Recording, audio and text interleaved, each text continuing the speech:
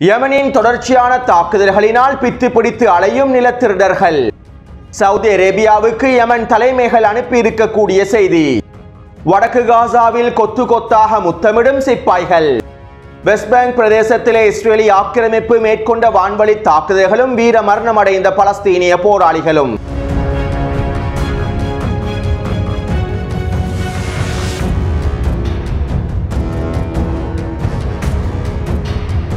West bank பிரதேசத்தில் கைகூலி அப்பாஸினுடைய PA படைகள் தொடர்ச்சியான தீவிரமான தாக்குதல்களை மேற்கொண்டு வருகின்றார்கள். காசாவிலே ரஃபா கடவையினுடைய கட்டுப்பாட்டினை பலஸ்தீனிய அதிகார சபை முழுமையாக கட்டுப்படுத்துவதற்கு முன்பு ஹமாஸினுடைய பிரதிநிதிகளை உள்ளடக்கி இருக்கக்கூடிய ஒரு தேசிய கூட்டு அரசாங்கம் ஒன்றினை அமைப்பதற்கு முன்பு வெஸ்ட் பேங்க் பிரதேசத்திலே பலஸ்தீனிய அதிகார சபை தங்களுடைய அதிகாரத்தினை பலப்படுத்திக் கொள்ள வேண்டும் என்பதற்காகவே இவ்வாறு இஸ்ரேலிய ஆக்கிரமிப்பு ராணுவத்துடன் ஒன்றிணைந்து அப்பாஸினுடைய PA படைகளும் தொடர்ச்சியான தாக்குதல்களை மேற்கொண்டு வருகின்றனர்.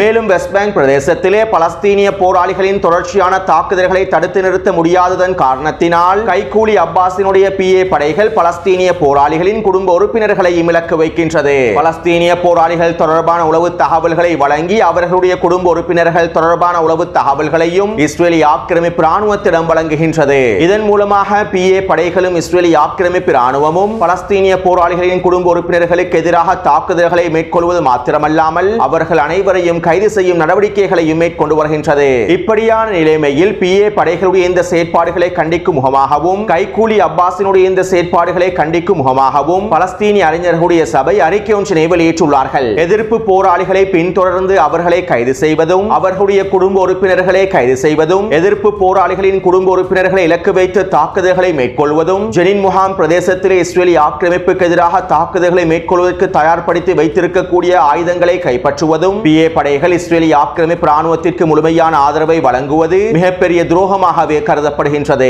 பலஸ்தீனிய மக்கள் மீது தோட்டாக்களை வீசக்கூடிய பலஸ்தீனிய துப்பாக்கி அவமானத்தின் உச்சமாகும். ஜெனின் முகாமிலே பலஸ்தீனிய போராளிகளுக்கு எதிராகவும் பலஸ்தீனிய மக்களுக்கு எதிராகவும் நடைபெறுவது உச்ச அவமானமாகும். ஒஸ்லோ உடன்படிக்கை மூலமாக உருவாக்கப்பட்ட PA படைகள் ஆக்கிரமிப்பு ராணுவத்துடன் இணைந்து தாக்குதல்களை மேற்கொள்வது ஒரு மிகப்பெரிய கொடூரமாகவே பார்க்கப்படுகின்றது. இந்த கொடூரங்களையும் அத்துமீறல்களையும் அவமானங்களையும் பலஸ்தீனிய மக்கள் ஒருபொழுதும் பொறுத்துக் கொள்ள மாட்டார்கள். இவர்களை தடுப்பதற்காக ஒட்டுமொத்த பலஸ்தீனிய மக்களும் அணிதிரள வேண்டும் என பலஸ்தீனிய அறிஞர்களுடைய சபையானது அழைப்பு விடுத்துள்ளது. அதாவது வெஸ்ட் பேங்க் பிரதேசத்திலே கைகூலி அப்பாஸினுடைய PA படைகள் பலஸ்தீனிய போராளிகளுக்கு எதிராக தாக்குதல்களை மேற்கொள்வதனாலும் பலஸ்தீனிய மக்களுக்கு எதிராக தங்களுடைய துப்பாக்கிகளை நீட்டுவதன் காரணத்தினாலும் வெஸ்ட் பேங்க் பிரதேசத்தில் இருக்கக்கூடிய ஒட்டுமொத்த பலஸ்தீனிய மக்களும் கைகூலி அப்பாஸின் PA படைகளுக்கு எதிராக திரும்ப வேண்டும் என பலஸ்தீனிய அறிஞர்கள் அழைப்பு விடுத்துள்ளார்கள். இதற்கமைவாக கடந்த 2 நாட்களாக ஜெனின் பிரதேசத்தில் இருக்கக்கூடிய ஆயிரக்கணக்கான பலஸ்தீனிய மக்கள் PA படைகளுக்கு எதிரான ஆர்ப்பாட்டங்களையும் மேற்கொண்டுள்ளார்கள். மேலும் பலஸ்தீனிய போராளிகளை தாக்குவதற்காக செல்லக்கூடிய PA படைகளை பலஸ்தீனிய மக்களை முற்றுகையிட்டுள்ளார்கள். ஜெனின் பிரதேசத்திற்குள்ளே நுழைந்திருக்கக்கூடிய PA படைகளை வெளியேற்றுவதற்காக பலஸ்தீனிய மக்கள் களமிறங்கி மோதல்களில் ஈடுபட்டுள்ளார்கள். இதைத் தொடர்ந்து ஜெனினின் பல பிரதேசங்களில் இருந்து PA படைகள் பின்வாங்கியுள்ளன. அத்தோடு ஜெனின் பிரதேசத்திலே பலஸ்தீனிய போராளிகள் தரமான தாக்குதல்களையும் மேற்கொண்டு வருகின்றார்கள். கடந்த 48 மணித்தியாலங்களுக்குள் 20க்கும் அதிகமான தாக்குதல்களை பலஸ்தீனிய போராளிகள் மேற்கொண்டுள்ளார்கள். ஜெனினுடைய வடக்கு, தெற்கு மற்றும் கிழக்கு பிரதேசங்களிலே இருக்கக்கூடிய இஸ்ரேலிய ஆக்கிரமிப்பு சோதனை சாவடிகளை இலக்கு வைத்தும் ஜெனின் பிரதேசத்திற்குள்ளே நுழைந்திருக்கக்கூடிய இஸ்ரேலிய ஆக்கிரமிப்பு படைகளை இலக்கு வைத்தும் துப்பாக்கிச் சூட்டு தாக்குதல்களையும் வெடிகுண்டு தாக்குதல்களையும் மேற்கொண்டுள்ளார்கள். மேலும் ஜெனின் பிரதேசத்திற்குள்ளே வைக்கப்பட்டிருந்த 3 பொறிகளில் இஸ்ரேலிய ஆக்கிரமிப்பின் 2 ஜீப் வண்டிகளும் ஒரு ட்ரூப்ஸ் கேரியர் வாகனமும் சிக்கி வெடித்து சிதறியுள்ளது. இந்த தாக்குதலினால் பல இஸ்ரேலிய ஆக்கிரமிப்பு சிப்பாய்கள் கொல்லப்பட்டும் படுகாயங்களுக்கு உள்ளாக்கப்பட்டுள்ளார்கள். அதே நேரம் ஜெனின் பிரதேசத்தில் இஸ்ரேலிய ஆக்கிரமிப்பு மேற்கொண்ட தாக்குதல்களினால் 2 பலஸ்தீனிய போராளிகள் வீரமரணம் அடைந்திருப்பதாகவும் தெரிவிக்கப்படுகின்றது. அடுத்து வெஸ்ட் பேங்கினுடைய துல்கராம் பிரதேசத்தில் இஸ்ரேலிய ஆக்கிரமிப்பின் உயரடுக்கு படைப்பிரிவான மினாஷே படைப்பிரிவானது களமிறக்கப்பட்டுள்ளது. துல்கராம் பிரதேசத்திற்குள்ளே இந்த படைப்பிரிவு முழுமையாக களமிறக்கப்பட்டு PA படைகளுடைய உதவிகளுடன் பலஸ்தீனிய போராளிகளுக்கு எதிரான தாக்குதல்கள் ஆரம்பிக்கப்பட்டுள்ளன.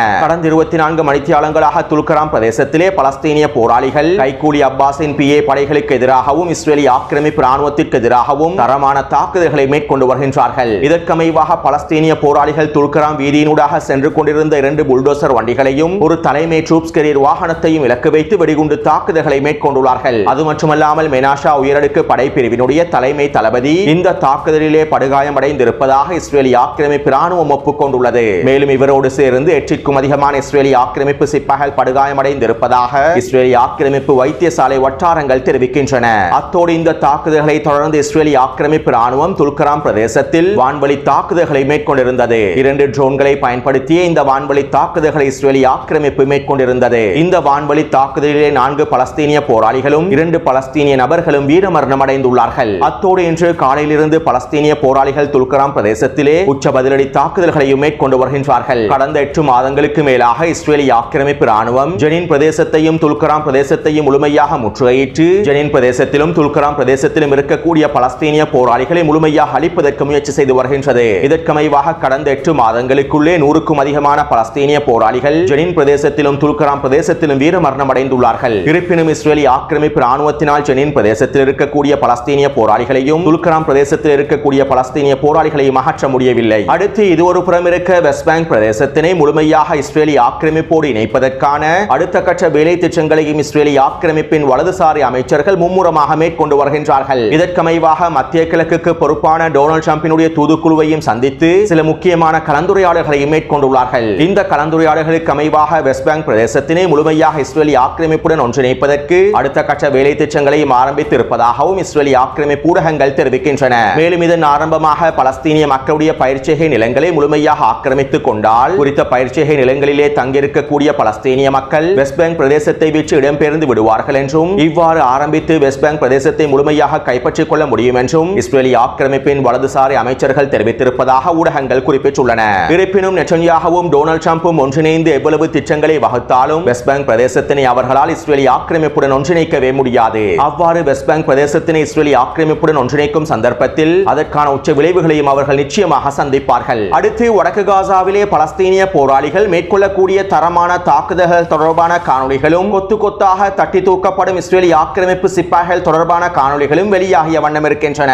அவற்றினை நான் டெலிகிராம் சேனலில் தொடர்ச்சியாக பதிவிட்டு வருகின்றேன். இந்த காணொளிகள் மூலமாக உங்களுக்கு வடக்கு காசாவிலே பலஸ்தீனிய போராளிகள் எவ்வாறு வீரியமான தாக்குதல்களை மேற்கொள்கின்றார்கள் என்பதனை தெளிவாக புரிந்து கொள்ளலாம். அத்தோடு வடக்கு காசாவினுடைய நிலைமை தொடர்பாக இஸ்ரேலிய ஆக்கிரமிப்பினுடைய மறைவு ஊடகம் இவ்வாறு தெரிவித்துள்ளது. இந்த யுத்தம் ஆரம்பிக்கப்பட்டதிலிருந்து இஸ்ரேலிய ராணுவம் வடக்கு காசாவின் பெய்ட் ஷானூன் பிரதேசத்தினூடாக 10 தடவைகளுக்கும் அதிகமான தரைவழி தாக்குதல்களை ஆரம்பித்து விட்டது. பெய்ட் ஷானூன் பிரதேசத்தில் இருக்கக்கூடிய பலஸ்தீனிய மக்களும் இடம்பெயர்ந்து விட்டார்கள். தற்போது பெய்ட் ஷானூன் பிரதேசமானது காலியாகத்தான் இருக்கின்றது. இருப்பினும் பெய்ட் ஷானூன் பிரதேசத்தில் இருக்கக்கூடிய இஸ்ரேலிய ராணுவத்தினர் ஒவ்வொரு நாளும் கொல்லப்பட்டு வருகின்றார்கள். பெய்ட் ஷானூன் பிரதேசத்திலே 10 தடவைகளுக்கு மேலால் தரைவழி தாக்குதல்களை மேற்கொண்டும் ஏன் இஸ்ரேலிய ராணுவத்தினால் குறித்த பிரதேசத்தில் இருக்கக்கூடிய பலஸ்தீனிய போராளிகளை அகற்ற முடியவில்லை? இவ்வளவு நடந்ததற்கு பிறகும் ஹமாஸ் எவ்வாறு பெய்ட் ஷானூன் பிரதேசத்திலே நிலைத்திருக்கின்றது? இது இஸ்ரேலிய ராணுவத்திற்கு ஏற்பட்டிருக்கக்கூடிய மிகப்பெரிய மூலோபாய தோல்வி என்று இஸ்ரேலிய ஆக்கிரமிப்பின் மாறி ஊடகமானது செய்திகளை வெளியிட்டுள்ளது. தற்போதும் ஜபலியா, பெய்ட் லாஹியா, பெய்ட் ஷானூன் பிரதேசங்களில் பலஸ்தீனிய போராளிகள் தொடர்ச்சியான வீரியமான தாக்குதல்களை மேற்கொண்டு வருகின்றார்கள். இதற்கமைவாக அல் குதுஸ் படையினர் பெய்ட் ஷானூன் பிரதேசத்தில் களமிறங்கி ஒஃபென்சிவ் தாக்குதல்களை மேற்கொண்டுள்ளார்கள். குறித்த பிரதேசத்தில் நிலை கொண்டிருக்கக்கூடிய இஸ்ரேலிய ஆக்கிரமிப்பு சிப்பாய்களை சுற்றி வளைத்து இந்த ஒஃபென்சிவ் தாக்குதல்களை மேற்கொண்டுள்ளார்கள். இந்த தாக்குதல்களில் 5க்கும் அதிகமான இஸ்ரேலிய ஆக்கிரமிப்பு சிப்பாய்கள் பூஜ்ய தூரத்தில் அளிக்கப்பட்டிருப்பதாக தெரிவிக்கப்படுகின்றது. இதைத் தொடர்ந்து பெய்ட் ஷானூனின் மேற்கு பிரதேசமான அல் அஸ்ஃபா பிரதேசத்தில் வீடொன்றில் பதுங்கியிருந்த 12 இஸ்ரேலிய ஆக்கிரமிப்பு சிப்பாய்களையும் அல் குதுஸ் படையினர் சுற்றி வளைத்து தாக்கியுள்ளார்கள். வாக் வெடிகுண்டுகளையும் ஆளெதிர்ப்பு கண்ணி வெடிகுண்டுகளையும் பயன்படுத்திய இந்த தாக்குதலை மேற்கொண்டுள்ளார்கள். இந்த தாக்குதலினால் குறித்த வீடானது முழுமையாக அழிக்கப்பட்டு அதற்குள்ளே இருக்கக்கூடிய இஸ்ரேலிய ஆக்கிரமிப்பு சிப்பாய்களும் மொத்தமாக அழிக்கப்பட்டுள்ளார்கள். இதைத் தொடர்ந்து இவர்களை அள்ளிச் செல்வதற்காக வருகை தந்த மெர்காவா போர்த்தாங்கி வாகனத்தினை தாக்கி பெரல் வெடிகுண்டை பயன்படுத்தி அழித்துள்ளார்கள். இந்த தாக்குதலில் மாத்திரம் 10க்கும் அதிகமான இஸ்ரேலிய ஆக்கிரமிப்பு சிப்பாய்கள் அழிக்கப்பட்டிருப்பதாக தெரிவிக்கப்படுகின்றது. அடுத்து அல் அக்ஸா படையினர் பெய்ட் ஷானூன் பிரதேசத்திலே களமிறங்கி ஒஃபென்சிவ் தாக்குதல்களை மேற்கொண்டுள்ளார்கள். இதற்கமைவாக பெய்ட் ஷானூன் பிரதேசத்தினுடைய பாதைகளில் 2 தரமான பொறிகளை வைத்துள்ளார்கள். இந்த பொறிகளிலே இஸ்ரேலிய ஆக்கிரமிப்பு சிப்பாய்களுடைய 2 படைப்பிரிவுகள் வசமாக சிக்கியுள்ளன.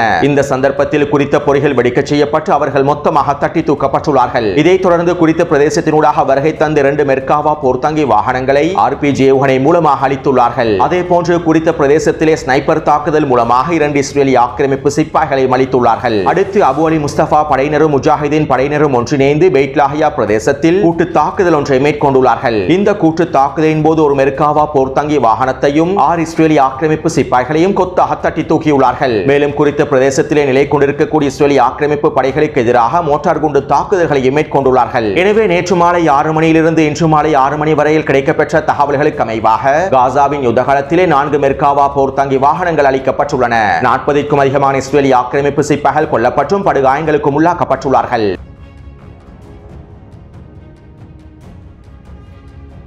கடந்த 5 நாட்களாக யமன் ஹவுதி ராணுவத்தினர் இஸ்ரேலி ஆக்கிரமிப்பின் டெல் அவீவ் பிரதேசத்தை இலக்கு வைத்து தொடர்ச்சியான தாக்குதல்களை மேற்கொண்டு வருகின்றார்கள். இஸ்ரேலி ஆக்கிரமிப்பு ராணுவம் எதிர்பார்க்காத விதத்திலே யமன் ஹவுதி ராணுவத்தினர் டெல் அவீவை இலக்கு வைத்து தரமான தாக்குதல்களை மேற்கொண்டு வருகின்றார்கள். அத்தோடு யமன் ஹவுதி ராணுவத்தினர் அதிகாலை வேளையிலேயே இஸ்ரேலி ஆக்கிரமிப்பின் டெல் அவீவ் பிரதேசத்தை இலக்கு வைத்து தொடர்ச்சியான தாக்குதல்களை மேற்கொண்டு வருகின்றார்கள். நேற்று அதிகாலை 4 மணியளவில் யமன் ஹவுதி ராணுவத்தினர் பாலிஸ்டிக் ஏவுகணை தாக்குதல்களையும் ட்ரோன் தாக்குதல்களையும் மேற்கொண்டதை தொடர்ந்து டெல் அவீவ் பிரதேசத்திலே வீடுகளுக்குள் உறங்கிக் கொண்டிருந்த லட்சக்கணக்கான மக்கள் பதுங்கு குழிகளை நோக்கி ஓடியுள்ளார்கள். இவ்வாறு பதுங்கு குழிகளை நோக்கி ஓடும் சந்தர்ப்பத்திலே ஏற்பட்ட சன நெருக்கடியில் சிக்கி 25க்கும் அதிகமானோர் படுகாயமடைந்துள்ளார்கள். அது மட்டுமல்லாமல் இவ்வாறு சன நெருக்கடியில் சிக்கி படுகாயமடைந்தவர்களில் 60 வயது மற்றும் 76 வயதுடைய 2 நபர்கள் உயிரிழந்திருப்பதாகவும் இஸ்ரேலி ஆக்கிரமிப்பு வைத்தியசாலை வட்டாரங்கள் தெரிவிக்கின்றன. இதைத் தொடர்ந்து இன்றைய தினம் அதிகாலை 3 மணி அளவில் யமன் ஹவுதி ராணுவத்தினர் டெல் அவீவ் பிரதேசத்தை இலக்கு வைத்து மீண்டும் ஹைப்பர்சோனிக் பாலிஸ்டிக் ஏவுகணை தாக்குதலை மேற்கொண்டுள்ளார்கள். கிட்டத்தட்ட 3 ஹைப்பர்சோனிக் பாலிஸ்டிக் ஏவுகணை தாக்குதல்கள் மேற்கொள்ளப்பட்டிருப்பதாக தெரிவிக்கப்படுகின்றது. இவை தொடர்பான காணொளிகளை நான் டெலிகிராம் சேனலிலும் பதிவிட்டுள்ளேன். மேலும் இன்று அதிகாலை 3 மணி அளவிலும் இஸ்ரேலி ஆக்கிரமிப்பின் டெல் அவீவ் பிரதேசத்தில் இருக்கக்கூடிய லட்சக்கணக்கான நிலத்திரர்கள் பதுங்கு குழிகளை நோக்கி விரைந்துள்ளார்கள். இதன்போது ஏற்பட்ட சன நெருக்கடியில் 9 பேர் படுகாயமடைந்திருப்பதாக தெரிவிக்கப்படுகின்றது. அது மட்டுமல்லாமல் குறித்த பதற்றமான சூழ்நிலையில் 2 பேருக்கு மாரடைப்பு ஏற்பட்டு அவர்கள் உயிரிழந்திருப்பதாகவும் இஸ்ரேலி ஆக்கிரமிப்பு வைத்தியசாலை வட்டாரங்கள் தெரிவிக்கின்றன.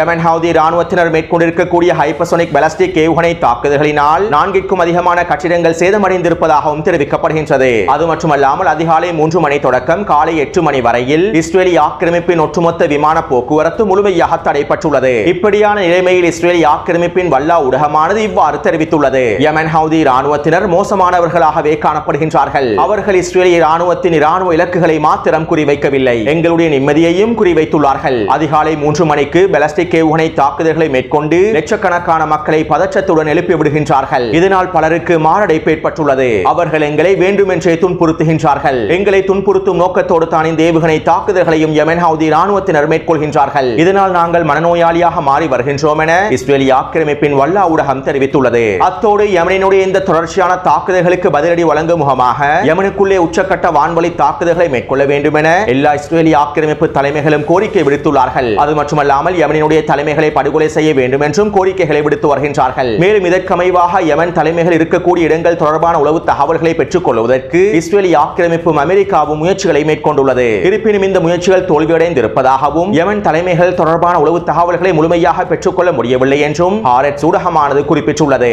அத்தோடு இது ஒரு புறம் இருக்க யமன் ஹவுதி ராணுவத்தினர் அடுத்த கட்ட தரைவழி தாக்குதல்களுக்கும் தயாராகி வருகின்றார்கள். சவுதி அரேபியாவினுடைய கூட்டுப்படைகளும் ஐக்கிய அரபு அமீரகத்தினுடைய கூட்டுப்படைகளும் யமனினுடைய வடக்கு பிரதேசத்தினூடாகவும் தெற்கு பிரதேசத்தினூடாகவும் ஆக்கிரமிப்பு தாக்குதல்களை ஆரம்பித்திருந்தார்கள். யமனின் தெற்கு பிரதேசமான தாய்ஸ் பிரதேசத்தினூடாக நுழைந்து தாக்குதல்களை மேற்கொண்டிருந்தார்கள். இருப்பினும் ஐக்கிய அரபு அமீரகத்தினுடைய கூட்டுப்படைகளினால் குறித்த பிரதேசத்தினூடாக முன்னேற முடியவில்லை. அது மட்டுமல்லாமல் யமன் ஹவுதி ராணுவத்தினர் தொடர்ச்சியான வீரியமான தாக்குதல்களை மேற்கொண்டு ஐக்கிய அரபு அமீரகத்தினுடைய கூட்டுப்படைகளை பின்வாங்க செய்து நீல நிறத்தினால் காண்பிக்கப்பட்டிருக்கக்கூடிய சில பிரதேசங்களையும் கைப்பற்றிக் கொண்டுள்ளார்கள். அதாவது ஐக்கிய அரபு அமீரகத்தினுடைய கட்டுப்பாட்டுக்கு கீழால் இருக்கக்கூடிய 2 கிராமங்களை யமன் ஹவுதி ராணுவத்தினர் கைப்பற்றியுள்ளார்கள். அதே போன்று சவுதி அரேபியாவுடைய கூட்டுப்படைகள் வடக்கு பிரதேசத்தினூடாக பீரங்கி தாக்குதல்களை மேற்கொள்வதையும் நிறுத்தியுள்ளது. இன்று காலையிலிருந்து சவுதி அரேபியாவுடைய கூட்டுப்படைகள் எந்தவிதமான தாக்குதல்களை மேற்கொண்டிருக்கவில்லை. அதாவது ஐக்கிய அரபு அமீரகத்தினுடைய கூட்டுப்படைகளும் சவுதி அரேபியாவுடைய கூட்டுப்படைகளும் அமெரிக்க தலைமைகளுடைய வழிகாட்டுதலுக்கு கீழால் யமனுக்குள்ளே தரைவழி தாக்குதல்களை ஆரம்பித்து யமன் ஹவுதி ராணுவத்தினர் உறுதியாக இருக்கின்றார்களா என்பதனை கண்காணித்துள்ளார்கள். ஒரு பரிசோதனை தாக்குதலாகவே ஐக்கிய அரபு அமீரகத்தினுடைய கூட்டுப்படைகளும் சவுதி அரேபியாவுடைய கூட்டுப்படைகளும் இந்த தாக்குதல்களை மேற்கொண்டிருக்கலாம் என மத்திய கிழக்கு ஆய்வாளர்கள் தெரிவித்துள்ளார்கள். அதே நேரம் யமன் ஹவுதி ராணுவத்தினரும் முழுமையான போருக்கு தயாராகவே இருக்கின்றார்கள். இதற்கமைவாக பச்சை நிற பிரதேசத்தினால் காண்பிக்கப்பட்டிருக்கக்கூடிய பகுதிகளில் உள்ள ஒவ்வொரு கிராமங்களிலும் பழங்குடி மக்கள் படைகளை திரட்டுவதற்கு ஆரம்பித்துள்ளார்கள். அதிலும் குறிப்பாக ஹுதைதா பிரதேசத்தில் இருக்கக்கூடிய